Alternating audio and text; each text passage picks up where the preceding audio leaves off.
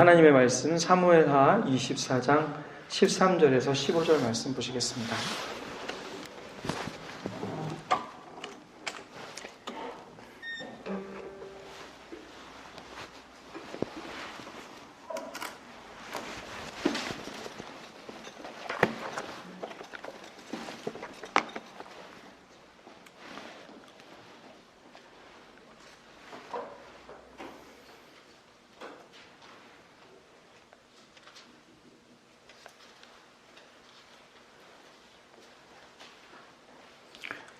우리 다 같이 한 목소리로 짧으니까 봉독하기에는 구절들이 길군요. 제가 한 절 읽고 여러분들이 한 절 읽고 15절을 함께 읽도록 하겠습니다. 가시 다윗에게 이르러 아뢰어 이르되 왕의 땅에 7년 기근이 있을 것이니까 혹은 왕이 왕의 원수에게 쫓겨 석 달 동안 그들 앞에서 도망하실 것이니까 혹은 왕의 땅에 사흘 동안 전염병이 있을 것이니까 왕은 생각하여 보고 나를 보내신 이에게 무엇을 대답하게 하소서 하는지라. 다윗이 가데게 이르되 내가 고통 중에 있도다. 청하건대 여호와께서는 긍휼히 들으시니 우리가 여호와의 손에 빠지고 내가 사람의 손에 빠지지 아니하기를 원하노라 하니라. 함께 읽겠습니다. 시작. 이에 여호와께서 그 아침부터 정하신 때까지 전염병을 이스라엘에게 내리시니 단에서부터 브엘세베까지 백성의 죽은 자가 7만 명이라. 아멘. 오늘 이렇게 약간 교실처럼 시골의 분교에 온 것 같은 그런 느낌이 되는데, 오늘 의자가 없었는데 홍명식 장로님하고 전사님이랑 일찍부터 오셔가지고 5층에서 의자를 공수해 갖고 오셨어요. 그래서 너무 감사드리고, 그 밑에서 이제 와가지고 기다리면서 김민성 집사님하고 저하고 이제 집사님하고 이렇게 기다리면서 또 애들이 5층에서 장난치나 막 이런 거예요. 왜 엘리베이터가 계속 멈춰져 있으니까. 근데 투덜투덜 거렸는데 사실은 감사한 일이었습니다. 의자를 빨리 옮기지 않았으면은 저희가 오늘 스탠딩 워십을 서서 예배를 드릴 뻔했는데 이렇게 감사한 일이죠. 네, 그렇습니다.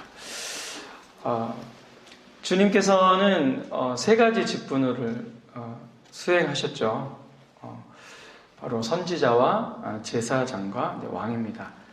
선지자로서는 하나님 나라를 선포하셨고, 하나님의 뜻, 특별히 복음을 우리에게 전해주셨고요.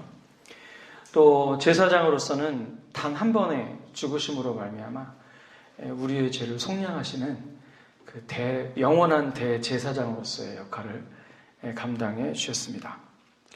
마지막으로 하나님께서는 이런 독생자 예수 그리스도를 높이 올려주셔서 우주와 만물을 다스리며 의인과 죄인의 심판주가 되셨는데, 이것이 바로 예수님의 마지막 직임, 왕되심의 직분입니다. 오늘은 예수님의 세 가지의 직분 중에서 왕되심에 집중하여서 오늘 말씀을 보도록 하겠습니다.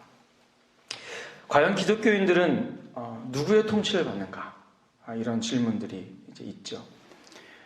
왜냐면은 우리가 이 두 왕국에 걸쳐서 살고 있어서 그렇습니다. 세상이라는 곳과 또 하나님 나라 백성이라는 곳이 있는 거죠. 그러니까 말하자면은 약간 이중국적 같은 겁니다. 대부분의 사람들은 예수님을 안 믿죠. 우리가 되게 특별한 소수입니다. 하나님의 은혜로 말미암아 택함 받았고, 또 삶의 어느 순간 때가 참에 하나님께서 우리를 불러주셔서 우리를 자녀 삼아 주신 것이죠. 그래서 이 두 왕국이 있는데, 우리 믿음의 사람들은 이런 세상이라는 왕국과 하나님 나라라는 왕국, 이 두 왕국 개념으로 보지 않고 어떤 개념으로 보냐면은 권능의 왕국과 은혜의 왕국으로 봅니다. 이 얘기가 무슨 얘기냐면은, 신자들은 당연히 이 왕 대신 주님의 통치를 받죠. 근데 빼겠습니다.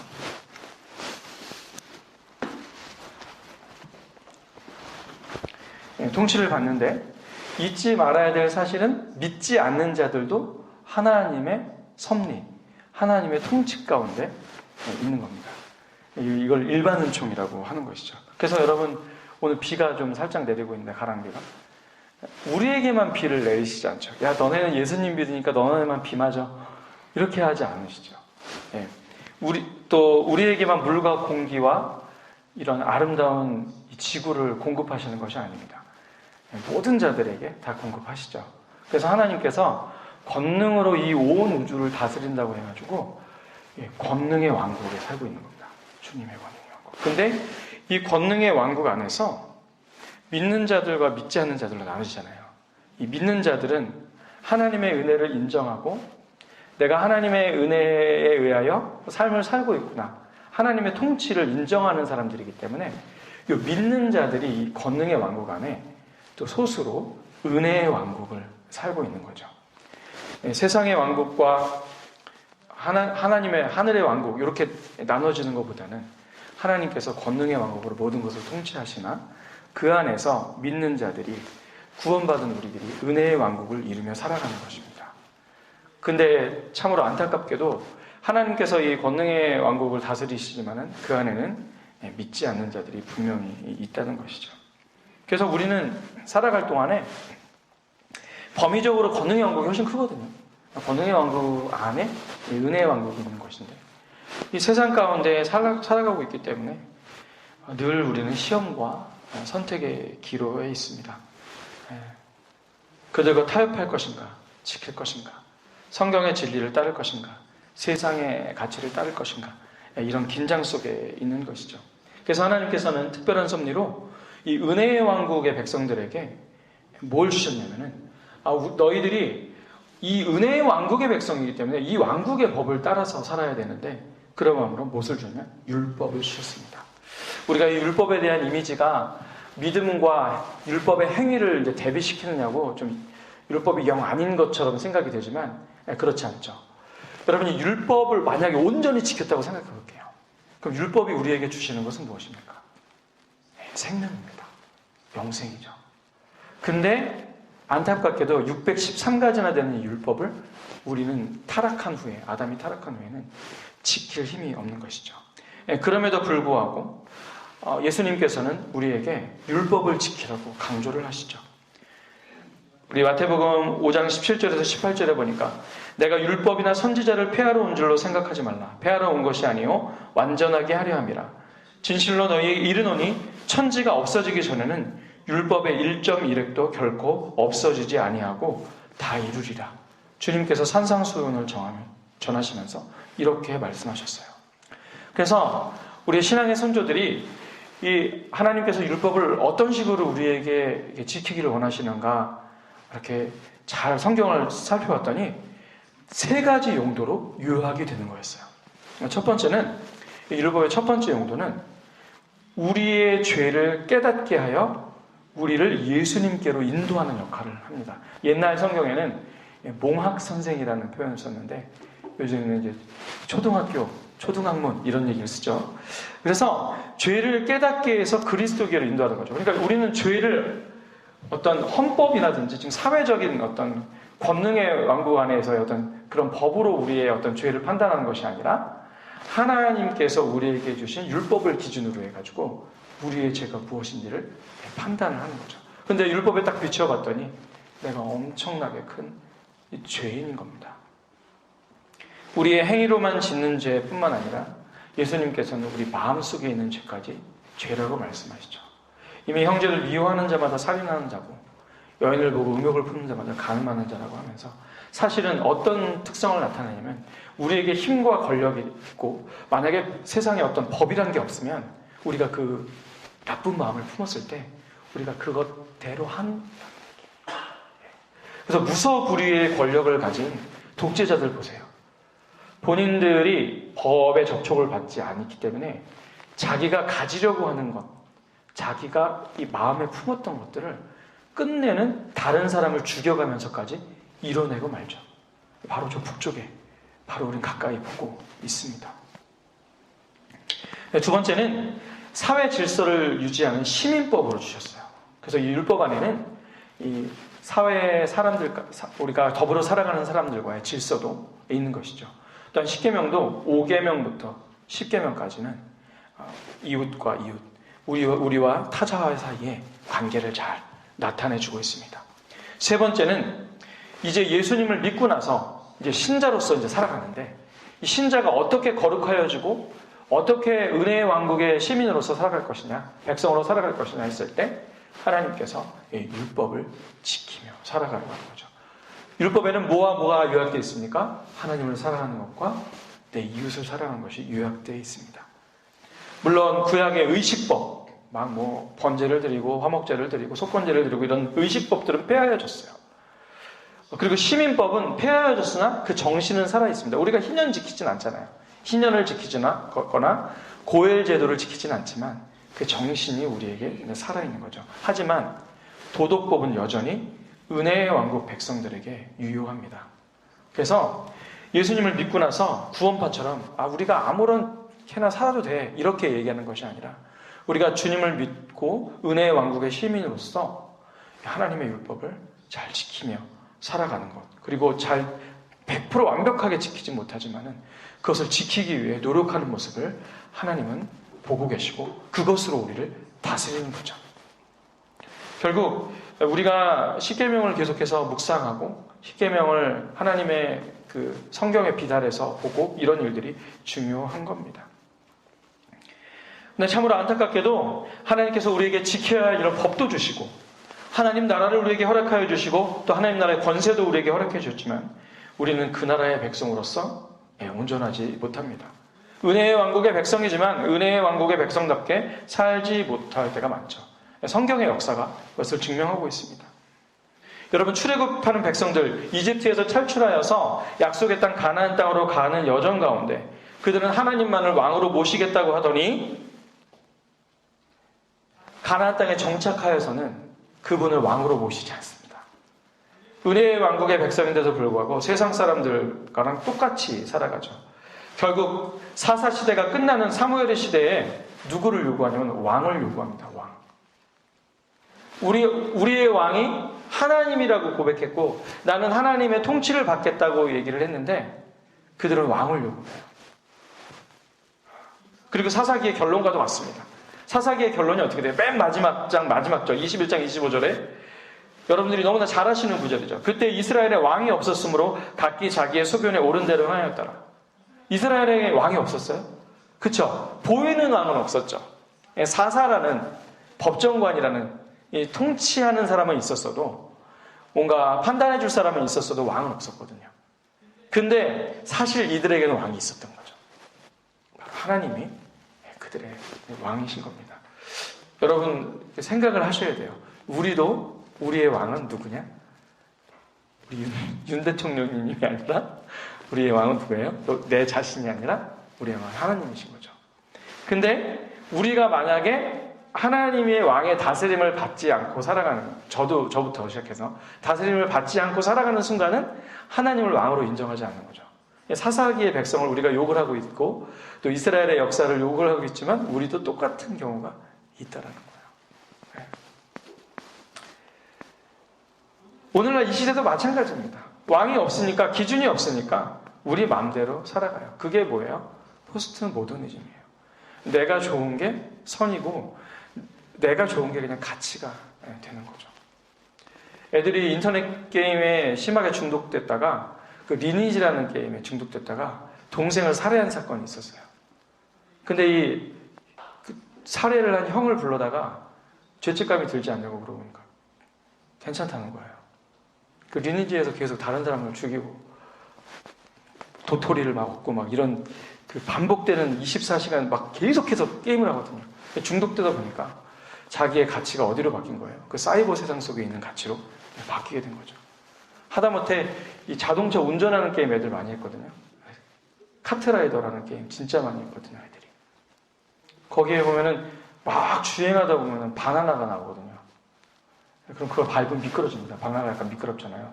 서해대교에서 실제로 카트라이더에 중독된 20대 운전자가 갑자기 눈앞에 바나나가 보여서 틀었다가 사고가 나는 적이 있었어요. 게임에 완전 중독되면 이제 이렇게 되는 건데, 바나나다 하면서 이렇게 딱 운전대를 틀었는데 이제 당연히 접촉사고로 끝났는데, 그런 어떤 일들이 이제 있는 것이죠. 우리가 세상에 계속해서 하나님의 가치와 하나님의 법에 집중하지 아니하고 세상 속에 살아갈 때 이제 이런 일들이 일어나는 겁니다. 하나님께서는 분명한 목소리로 왕을 요구하는 이스라엘 백성들에게 이 백성이 나를 버렸다고 얘기하십니다. 사무엘에게 찾아와가지고 다른 나라처럼 우리에게 왕을 주십시오 했더니 하나님께서 분명한 목소리로 얘기를 해요. 이 백성이 나를 버렸다고. 우리 한번 사무엘상 8장 7절에서 8절 말씀을 찾아보시겠습니다.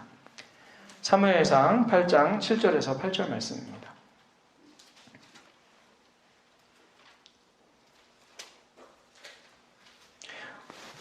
사무엘상은 어디에 있어요? 사무엘하 앞에 있죠. 자, 우리 사무엘상 우리 다 같이 읽도록 하겠습니다. 시작. 이는 그들이 너를 버림이 아니요 나를 버려 자기들의 왕이 되지 못하게 함이라.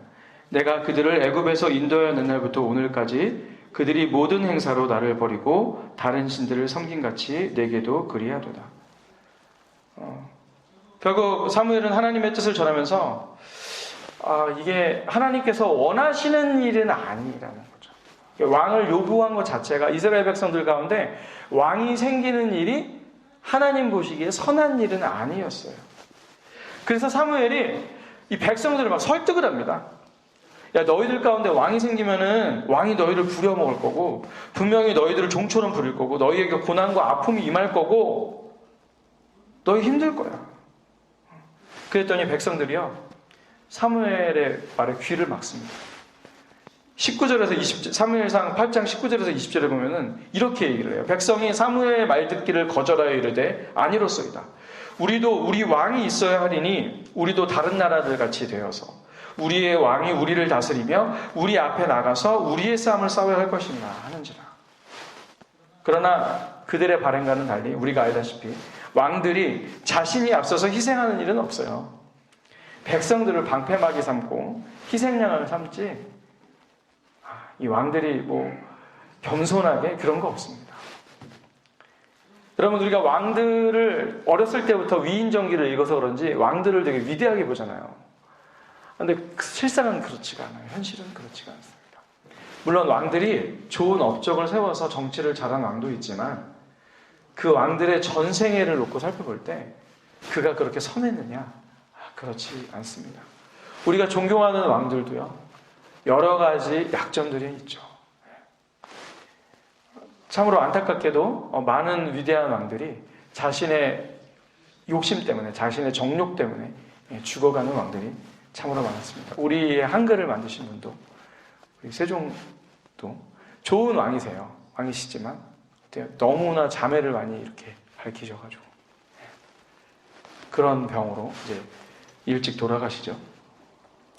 아무튼요 여러분 그들이 막 왕을 갖겠다고 했고 사무엘이 왕을 세우지 말라고 이렇게 권유를 했음에도 불구하고 계속해서 주장하자 하나님은 그들이 왕을 갖겠다는 소원을 허용해 주세요. 그 왕 중에 여러 왕들이 있었는데 그 왕 중에 백성들 입장에서 그래도 좀 나은 편에 속하는 다윗 왕의 이야기가 오늘 우리가 읽었던 본문에 등장하는 겁니다. 사무엘하 24장에 딱 등장을 하는 거죠. 좋은 얘기로 등장을 했으면 좋겠는데 그렇지 않습니다. 오늘 본문의 앞뒤 그러니까 1절부터 마지막 절까지 보시면 오늘 본문은 다윗의 인구조사로 말미암아 하나님께서 진노하셔서 백성들이 3일 동안 전염병으로 7만 명이 죽는 대참사가 일어나고 다윗의 회개와 아라우나의 타작마당 이 아라우나가 역대상에는 오르난이라고 되어 있죠. 이 오르난의 타작마당에서 번제와 화목제를 드리고 기도로 전염병이 끝난다는 이런 짧은 스토리가 나와 있습니다. 근데 일단 오늘 본문은요, 두 가지의 의문점과 두 가지의 의미를 담고 있어요. 먼저 두 가지의 의문점은 첫 번째, 인구조사가 왜 죄가 되느냐 말입니다. 인구를 조사했어요. 싸울 자들을 계수를 했습니다. 왜냐하면 하나님께서도 민수기에서 1차, 2차에 걸쳐가지고 민수기 1장 26장에 나와 있는데 1차, 2차에 걸쳐서 인구조사 하셨거든요. 각 지파별로 싸울 자가 몇 명인지 다 계수하셨습니다. 하나님께서 친히 인구조사를 하셨기 때문에 인구조사가 왜 죄가 되지? 이런 게 있는 거죠. 그렇다면 인구조사 자체는 죄는 아닌 거죠. 그럼 뭐가 죄일까요? 바로 이 인구조사를 하는 다윗의 마음가짐이 문제였던 겁니다. 하나님께서는 인구조사를 통해서 광야 가운데 헤매고 있던 이스라엘 백성들을 격려하시고 용기를 주시고 사랑을 표현하신 거죠. 너희들이 광야에서 헤매고 다니나 봐라. 너희의 백성이 나올 때보다 훨씬 부흥케 되었고 인구도 많이 들었고 그리고 너희가 이 정도 되면은 이 광야와 또 가나안의 백성들이랑 싸울 힘이 생긴 것이다. 이러면서 하나님께서 격려하시고 용기를 주시고 내가 너희들을 이만큼 사랑하였다라는 증거로 인구조사를 시킨 것인데 다윗의 인구조사는 좀 이상하죠. 마치 이사야 39장에서 히스기야가 바벨론에서 사신들이 왔을 때 그가 뭐예요? 하나님을 자랑하지 않고 뭘 자랑했어요? 자신들이 모아놓은 금은보화, 보물들을 자랑하잖아요. 그때 이사야가 하나님께서 진노하셨다고 얘기하죠. 왜 그래요? 왕이라도 하지 말아야 될 것들이 있거든요. 신명기 17장 이미 나와요. 이들이 왕을 세울 것을 하나님께서 미리 예상하신다고요. 그래서 왕들이라도 하지 말아야 될 것들을 목록을 쫙 정리해 놓으셨는데 그 중에 하나가 뭐예요? 자신의 권세를 자랑하는 거예요. 다윗의 이 인구조사도 자신의 힘, 자신의 권세를 자랑하고 있었던 거죠. 여러분 오늘 여러분이 피신 본문 사무엘하 24장에 보시면 앞절에 보시면 2절과 4절에 이 인구조사를 명령하는 장면에서 군대 장관 요압에게 명령을 하거든요. 근데 요압이 이런 얘기를 해요. 그런데 내 주 왕은 어찌하여 이런 일을 기뻐하시나이까. 사실 우리나라 성경이 되게 얌전하게 얘기를 해서 그렇지 감히 어떻게 이런 일을 하나님 앞에서 하냐 이런 뉘앙스였거든요. 그랬더니 다윗이 뭐래요? 요압과 군대 사령관들을 재촉한다. 이래 빨리 가서 인구조사 하라고 재촉하시는 거죠. 결국 이 인구조사는 무엇을 위한 것이었어요? 자신이 이룬 것들을 자랑하려고 하는 거였습니다. 여러분 저 같은 이 목회자들이요 작은 교회를 감당하고 있으면 괜찮은데 자기가 좀 큰 교회를 감당하고 계신 분들 있잖아요. 이런 분들 마음속에 본인들은 없다고 하실지 모르겠지만 분명히 있거든요. 이게 나 때문에 이렇게 부흥이 됐구나. 아니 나 때문에 우리 교회가 부유하게 됐구나. 뭐 이런 얘기가 있거든요. 그래서 전별금 요구하시는 거예요. 목사를 은퇴했는데 230억을 가져가셨어요. 어떤 분이. 범죄로 물러나시면서도 13억 4천만 5백만 원 같은 이런 전별금들이 있어요. 당회에서는 그들을 뭘 인정한 거냐? 이 사람 때문에 부흥됐다. 이렇게 된 거죠. 그 사람 때문에 부흥됐습니까? 아니죠. 하나님께서 그리 하신 것인데 자기 자신을 자랑하죠. 여러분 우리는요 이 자랑이 우리에게 큰 시험이에요. 사실은 겸손하기 힘들거든요. 자랑하고자 하는 마음들이 이 마음속에 막 있어요. 그래서 장기하라는 가수가 막 자랑하고 싶은 거 있으면 자랑해. 뭐 이런 노래도 했거든요. 그 잘 들어보시면은 자기는 자랑에 흔들리지 않는다 뭐 이렇게 얘기했지만 과연 그럴지 인간이. 자 아무튼요 이런 거예요. 그들이 잘못됐다라고 얘기하면서도 우리도 그럴 수 있다라고 말씀드리고 싶습니다. 다윗이 그랬던 것이죠. 또한 두 번째는 하나님께서 여러분 사무엘하 24장 1절을 다 같이 보세요. 여호와께서 다시 이스라엘을 향하여 진노하사 그들을 치시려고 다윗을 격동시키사 가서 이스라엘과 유다의 인구를 조사하라 하신지라. 이렇게 보니까 두 번째 의문이 생깁니다. 첫 번째는 인구조사는 이제 해결이 됐어요. 이것이 왜 죄인가? 근데 두 번째, 하나님께서 일부러 다윗에게 죄를 짓도록 부추겼네라는 그런 말씀이에요. 그렇죠? 다윗을 격동시키사 가서 이스라엘과 유다의 인구를 조사하라 하신지라. 참 이 구절이 마음에 걸립니다. 아니 본인이 죄지라고 격동시켜놓고 본인이 다윗을 징계하시는 모습이 있네? 의문인 것이죠. 근데 이 본문은 어떻게 푸는 것이냐? 똑같은 사건이 다른 본문에 기록이 되어 있습니다. 바로 역대상 21장 1절입니다. 역대상 21장 1절에 보시면 똑같은 사건인데 이 도입이 틀려요. 어떻게 되어 있냐? 우리 다 같이 역대장 21장 1절을 보시면 사탄이 일어나 이스라엘을 대적하고 다윗을 충동하여 이스라엘을 계수하게 하니라. 그러니까 사단이 일어나서 사단이 꼬신 거죠. 사단이 템테이션, 유혹한 거죠. 미혹한 거죠. 예. 그렇다면 이 두 구절을 종합해보면 어떤 결론이 나온 거예요? 하나님께서 다윗이 격동되는 것을 아까 왕을 허락하는 것처럼 뭐예요? 허락해 주셨다. 그거 뭐예요? 다윗의 자유의지를, 죄를 짓고자 하는 자유의지를 허용하시고 간과하셨다는 것이죠. 이게 참 우리로서는 어렵습니다. 물론 하나님은 전지전능하시니까 모든 일을 알고 계시고 모든 일을 섭리하고 계세요. 하지만 하나님은 우리의 자유의지를 침해하지 않으시거든요. 그래서 하나님께서 자신의 필연적인 일들을 이뤄가시는 일들은 우연성으로 이뤄가시는 겁니다. 하나님은 우연성을 사용하셔서 당신의 계획을 성취하시는 필연을 완성하시는 거죠. 그러니까 우리하고는 좀 달라요. 우리는 몰라요, 결과를. 그렇기 때문에 우리가 하는 모든 일들은 다 우유적이에요. 우연성이 있는 거예요. 우유적이냐면 철학적인 말이지만 우연성이 있는 겁니다. 그 우연 가운데 우리가 이 막 상황에 대처하고, 오늘도 막 의자가 없으니까 장로님과 전사님께서 막 의자 갖고 올라오시고 막 이런 거 대처해 나가는 거죠. 우리의 자유의지로 뭔가를 합니다. 하나님은 다 알고 계신 거죠. 전지전능하시니까요. 그래서 하나님은 그럼에도 불구하고 자유의지를 침해하지 않으시기 때문에 필연을 이루시기 위한 우연을 사용하시고 계신 거죠. 의문이 풀렸습니다. 바로 이것은 사탄이 다윗을 격동하였고 하나님은 그 일을 허용하셨다는 의미로 받아들여야 되죠. 또한 두 가지의 의문이 있고 두 가지의 교훈이 있다고 했는데, 첫 번째 교훈은 그것입니다. 첫 번째 교훈은 이스라엘 백성이 당신의 자녀이기 때문에 그들에게 사랑의 매를 대신다는 겁니다. 그들이 압살롬의 반역, 세바의 반역에 막 동조하였고, 이 인구조사의 사건이 일어나기 전에 이 이스라엘 백성들이 혼난 일을 했어요, 사실은. 또한 다윗도 주님 앞에서 온전하지 못한 부분이 있었던 것이죠. 그렇습니다.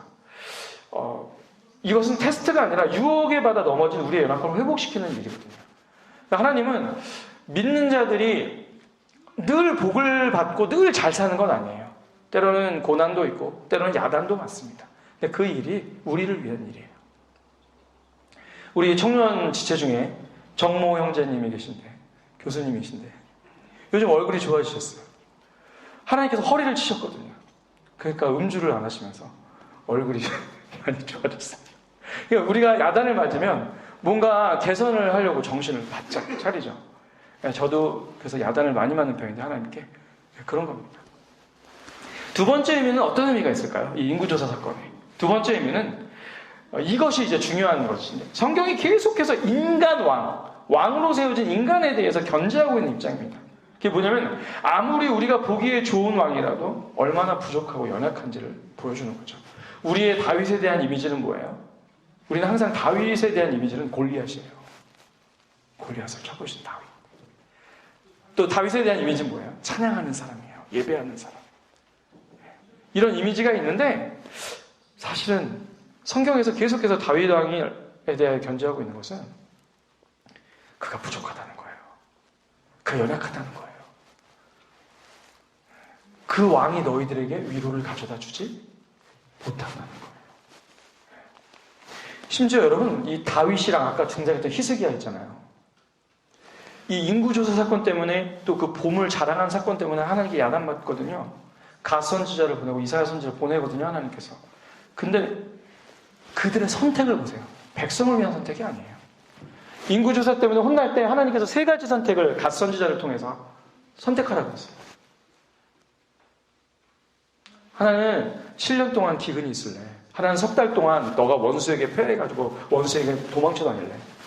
하나는 3일 동안 딱 짧게 전염병으로 끝날래. 그랬더니 이제 힘든 거예요. 사람의 손에 괴롭힘 당하는 게 힘들다고요. 왜냐하면 다윗이 평생 도망 다녔거든요. 심지어 어디까지 도망 다녔다고 했습니까? 블레셋까지, 자신의 적국에까지 도망가서 미친 사람처럼 그 침이 막 수염에 흘러내리기까지 막 이렇게 미친 사람 연기까지 할 정도로 막 처절하게 도망 다녔는데, 이제 다윗이 어느 정도 나이가 들었어요. 힘들죠. 그럼에도 불구하고 7만 명을 죽이면 안 됐어요. 차라리 본인이 석 달 동안 도망 다닐지언정 자기 백성 7만 명을 지켰어야죠. 다윗은 그 선택을 안 합니다. 짧게 끝나고 말려고 했어요. 근데 백성들이 7만 명이나 죽어나가는 걸 보니 회개가 절로 나오고 그때서야 정신을 차립니다. 히스기야는 어떤 줄 아세요? 보물을 자랑해가지고 하나님께서 막 니네 이 보물들 다 바벨론으로 다 가져가고 끝날 거다 막 이렇게 막 얘기를 했더니 근데 거기에 전제가 있었어요. 네가 다스리는 날 동안에는 내가 너를 치지 않을 거다 이렇게 얘기를 했더니 끝에 뭐라고 하는지 아십니까? 히스기야가 나 사는 날 동안에는 하나님께서 안 치시니까 다행이네요 이런 얘기를 하고 있는 거죠. 굉장히 부끄러운 모습입니다. 하지만 우리는 히스기야를 선한 왕으로 알고 있죠. 물론 그 중에는 선하지만 계속해서 성경은 이 인간 왕이 벌이는 일들을 우리 보고 주목하게 하는 거죠. 인간 리더들이 어떻게 하고 있는지. 세상은 늘 영웅을 필요로 합니다. 특히 보이는 영웅을 필요로 하죠. 그래서 우리도 그 영웅에 열광을 하죠. 그래야 안심을 합니다. 심지어 은혜의 왕국인 우리들 많은 분들도 안타깝게도 신앙을 어디에게 맡기냐? 영웅 목사에게 맡깁니다. 나는 누가 담임하고 있는 교회를 다니고 있다. 나는 이분의 설교를 듣고 신앙생활을 하기 때문에 나의 신앙은 깊다. 이렇게 영웅에게 우리의 신앙을 의지하고 있는 거죠. 게다가 그 영웅들, 사람 영웅들 또한 착각을 합니다. 자신이 잘나서 영웅이 된 줄 압니다. 그것이 하나님의 은혜요. 하나님께서 세우시고 능력을 주셔서 그렇게 된 것인데 그것이 자기로부터 나온 것으로 착각을 하고 있는 것이죠. 지난주일 말씀에 등장했던 기드온을 보십시오. 전쟁을 하나 나가면서 이 전투하는 병사들에게 명령을 해요. For the Lord and for 기드온. 기드온을 주를 위하여 그리고 기도를 위하여. 여러분 군대 장관인데 그 밑에 백성들이 뭔 죄예요? 300명의 용사가. 군대 장관이 그렇게 명령을 하는데 여러분 군대는 뭐예요? 까라면 까는 것이거든요. 그들도 똑같이 외칠 수밖에 없죠. 기드온의 연약함이 누구에게 전가된 거예요? 네, 300명의 용사들에게 전가된 겁니다. 여러분 기드온이 300명에게만 악영향을 끼쳤습니까? 그렇지 않습니다. 뒤에 8장에 이제 미디안과의 전쟁 가운데 승리하고 나서 사람들이 막 기드온한테 우리를 다스려 주소서 할 때 기드온이 웬일로 겸손을 얘기해요. 야, 내가 여러분들을 다스리는 게 아니에요. 하나님께서 다스리는 겁니다. 여기까지는 좋았어요. 근데 8장 곡이 넘어가면서 뭐라고 하냐면 다만 요청할 일이 하나 있는데 너희들이 전쟁 가운데 취했던 전리품, 금기고리 같은 걸 나한테 갖고 나와라. 이렇게 얘기를 해요. 백성들이 기드온한테 갖다 바칩니다. 여러분 그 심리가 어때요? 기드온은 자기들이 영웅인데 갖다 바치는 거지. 여러분 이단들이 왜 돈이 많아요? 그게 신이잖아요. 이만희가 신이고 정명석이 신이니까. 재산 진짜 많습니다. 어마어마해요. 지난번에 그 이만희 코로나 시절에 끌려갔을 때 변호사 비용으로 50억씩 쓰잖아요. 못 당해요. 일반 사람들은.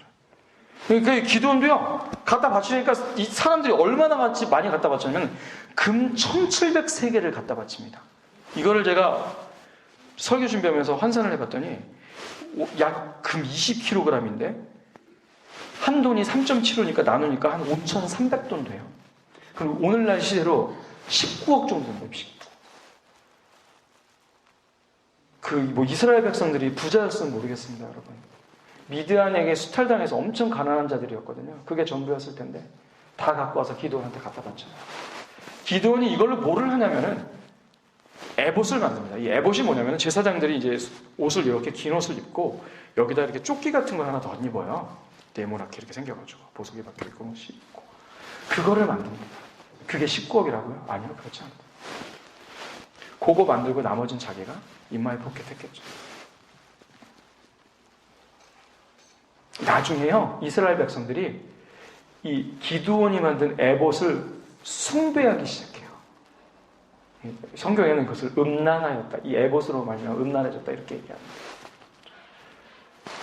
여러분, 이 영웅들이요, 이래요.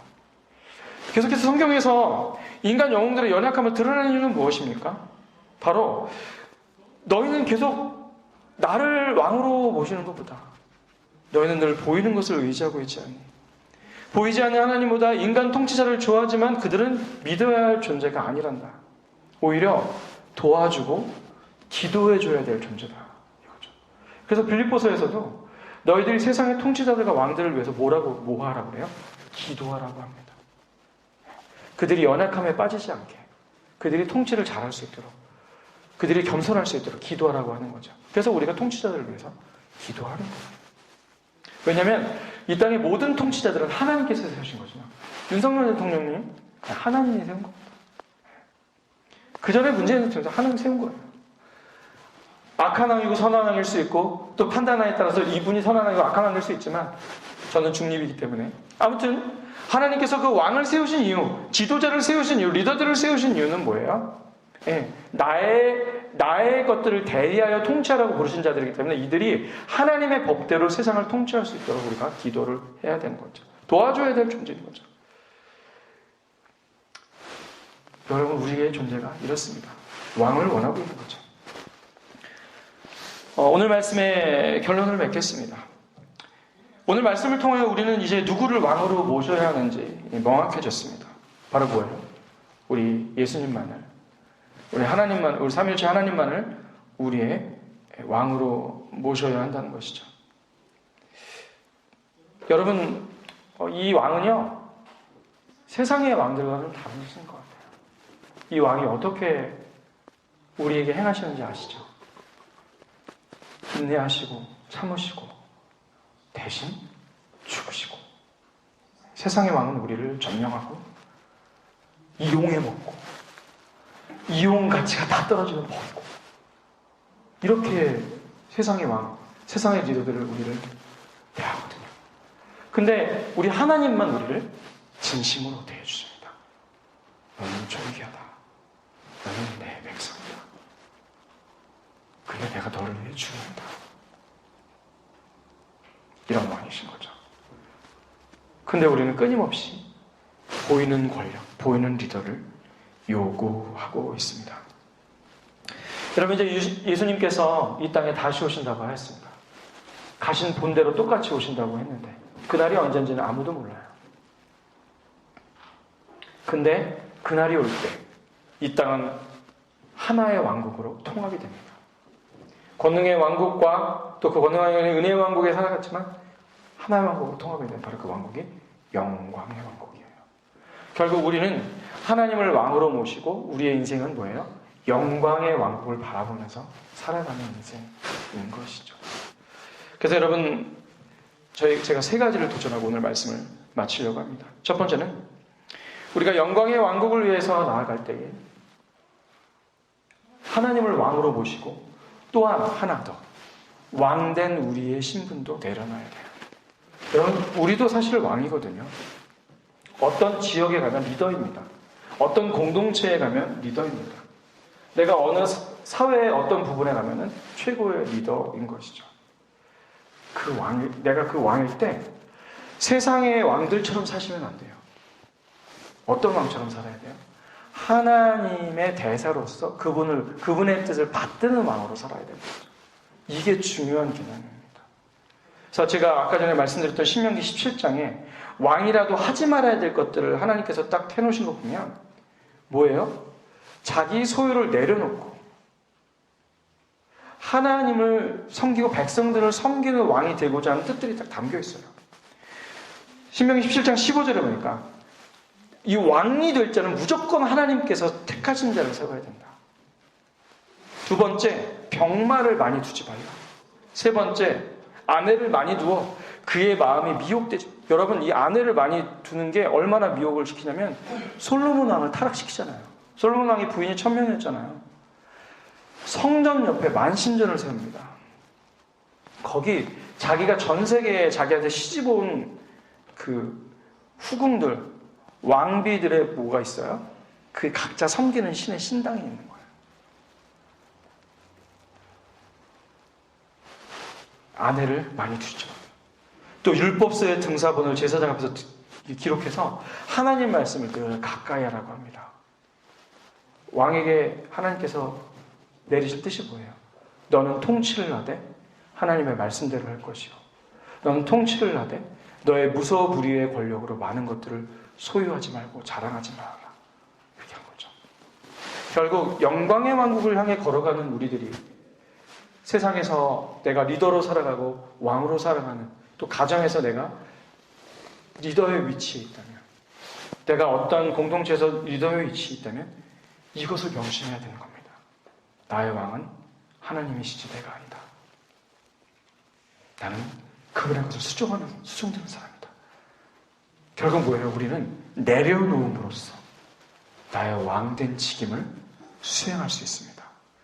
베드로전서 2장 9절에 보니까 우리는 왕같은 제사장이라고 했는데 우리의 왕된 것은 주님을 쫓아가는 거예요. 희생하고 하나님의 뜻대로 걸어가는 것이죠. 이 일이 참 어렵지만 우리가 해야 되는 것입니다. 두 번째는 우리가 하나님 나라의 대사로서 하나님 나라를 증시하는 인생을 살아야 돼요. 증시한다는 게 뭐예요? 보여주는 거죠. 우리의 삶을 통해 보여주는 겁니다. 우리의 존재와 삶을 통해서 하나님 나라를 보여주는 삶을 살아야 되는 거죠.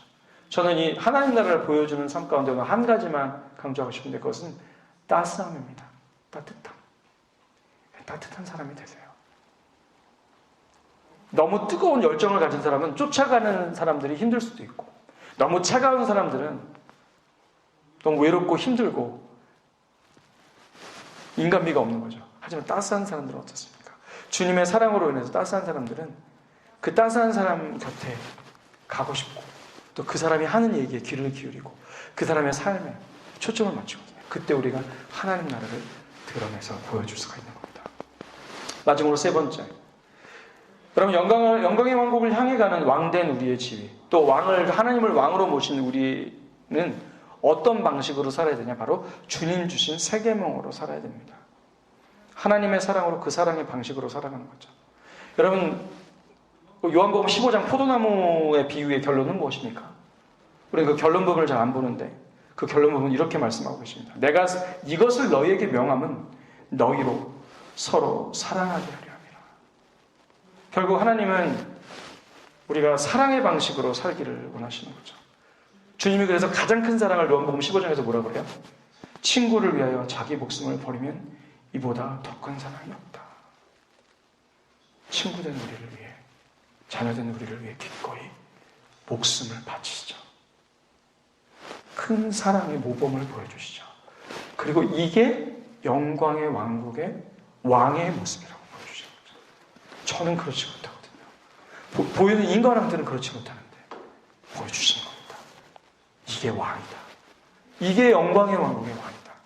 저야만 승리하는 놀라운 십자가의 비밀을 보여주시는 거죠. 그래서 여러분, 하나님이 우리를 이용해 먹지 않으시고 우리를 오히려 더 영광스럽게 하시는데 어떻게 영광스럽게 하십니까? 우리를 사랑하심으로 영광스럽게 하시는 거죠. 그래서요, 우리가 살아갈 때 항상 우리의 삶의 걸음걸음이 이게 하나님을 사랑해서 내가 계획한 일인지, 이게 하나님께서 사랑하시는 지체들, 이웃들을 위해서 시작한 일인지를 항상 점검해야 돼요. 이게 하나님을 사랑해서 하는 일인가? 이게 나에게 주신 지체들을 사랑해서 하는 일인가? 아니면 나를 높이기 위한 일인가? 나의 욕심을 위한 일인가? 늘 생각하면서 살아가야 되는 우리가 되어야 되겠습니다. 여러분, 누구를 왕으로 모시고 사느냐? 정말 중요한 문제입니다. 여러분의 왕은 누구십니까? 저에게도 웃습니다. 늘 지거든요. 참 그게 아픈데 우리가 하나님을 왕으로 모시고 살아가도록 노력하는 걸음걸음이 되어야겠습니다. 다 같이 기도하시겠습니다.